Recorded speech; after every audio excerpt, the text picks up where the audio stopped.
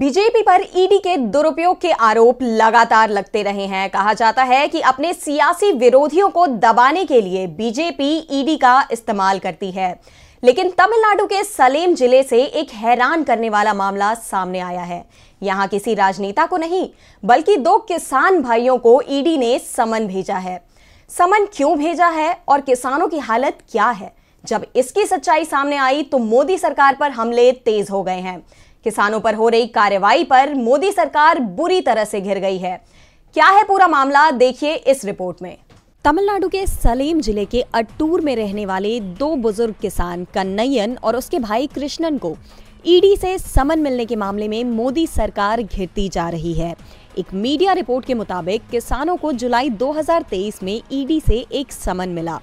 दोनों भाई दलित किसान हैं और 6.5 एकड़ की जमीन पर खेती करते थे, लेकिन उन्हें मनी लॉन्ड्रिंग और विदेशी मुद्रा कानूनों का उल्लंघन विवाद में उलझा दिया गया है। आपको बता दें कि दोनों किसान भाइयों ने एक स्थानीय भाजपा नेता पर उनकी जमीन को अवैध रूप से हड़पने की कोशिश करने का आरोप लगाया है, जिसके बाद उन्हें ईडी का नोटिस मिला है। ईडी पर आरोप है कि वह दलित किसानों का पीछा कर रही है जो 1000 रुपए मासिक पेंशन पर गुजारा करते हैं। ईडी ने किसानों को अपने पैन कार्ड, आधार कार्ड, मतदाता पहचान पत्र की एक प्रति और पासपोर्ट की एक प्रति, 2 पासपोर्ट आकार की तस्वीरें और अपने परिवार के सदस्यों के कर रिटर्न की प्रतियां और निवेश का विवरण जैसे दस्तावेज लाने के लिए कहा। साथ ही उनके और उनके परिवार के सदस्यों के नाम पर संपत्तियों और बैंक खातों का विवरण भी मांगा गया। इस विवाद पर कन्नैयन और कृष्णन का पक्ष रखने वाले वकील ने कहा कि समन में मामले के बारे में कोई जानकारी नहीं दी गई थी। भाइयों को पता नहीं था कि मामला क्या है और समन में उचित दस्तावेजों के साथ ईडी के सामने पेश होने के अलावा कुछ भी उल्लेख नहीं किया गया था।